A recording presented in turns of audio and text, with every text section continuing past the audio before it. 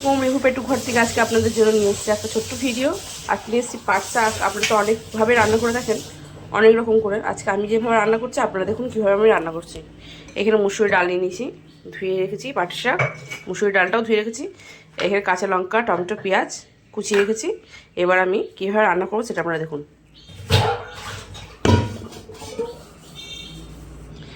এখানে যেহেতু আমি মুসুরি ডাল নিয়ে নিয়েছি,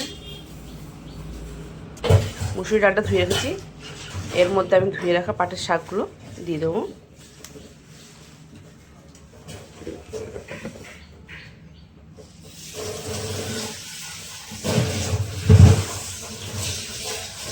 অল্পই দেবো, বেশি দেবো, অনেকটা আছে যেহেতু। এখানে কুচিয়ে রাখা টমেটো, পেঁয়াজ, কাঁচা লঙ্কা সবটাই দিয়ে দেবো। এবার পরিমাণ মতো লবণ আর হলুদ।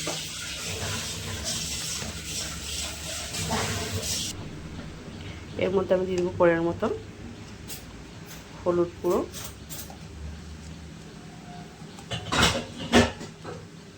আর দিয়ে দেবো পরিমাণ মতো লবণ। তারপর দিয়ে দেবো সর্ষের তেল।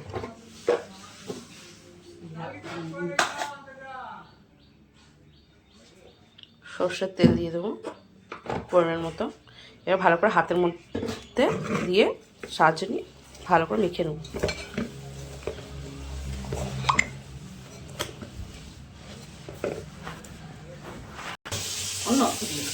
এটা ভালো করে মাখিয়ে নিয়েছি। এবার দিয়ে দেবো পরিমাণ মতো জল। একটু জলটা ঢালুন তো হাতে, একটা হাতে কাজ করা খুব মুশকিল। হাতে দেন, এবার দেন, আরেকটু দেন, ব্যাস ছেড়ে দেন।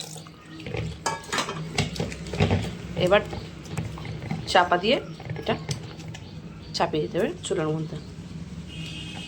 গ্যাসের মধ্যে বসিয়ে দিয়েছি, গ্যাসটা ধরিয়ে দেবো। এবার একটা চাপা দিয়ে দেবো।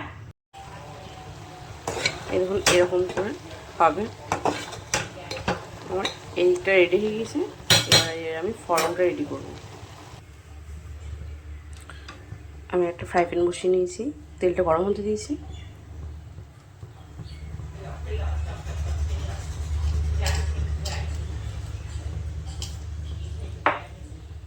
তেলটা গরম হলে আমি পরিমাণ মতো কালো জিরে দেবো। আপনারা চাইলে 5 ফোড়ন দিতে পারেন, কিন্তু আমার বাড়িতে কেউ 5 ফোড়ন খায় না, সেই জন্য আমি একটু কালো জিরে অ্যাড করেছি। কাঁচা পেঁয়াজ আর শুকনো লঙ্কা দিয়ে ভালো করে নাড়াচাড়া করে নেব।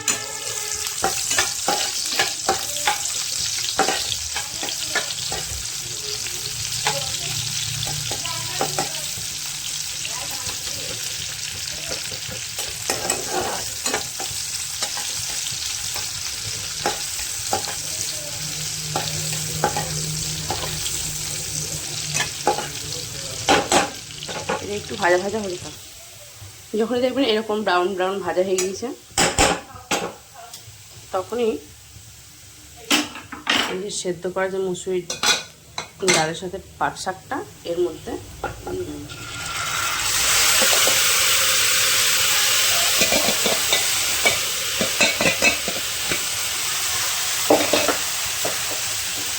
দিয়ে দেওয়ার পর ভালো করে নেড়ে চেড়ে নিতে হবে।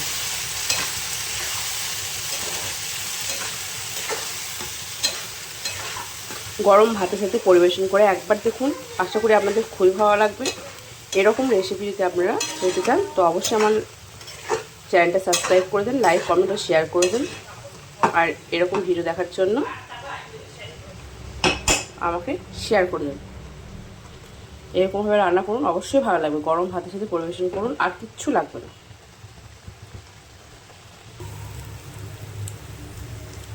আমার রান্নাটা কমপ্লিট হয়ে গিয়েছে। এই দেখুন কেমন লাগছে অবশ্যই কমেন্ট করে জানাবেন। ভালো লাগলে লাইক কমেন্ট শেয়ার করে দেবেন। আপনার বাড়িতে অবশ্যই ট্রাই করে দেখুন, কারণ এখন নতুন পাট শাক উঠেছে।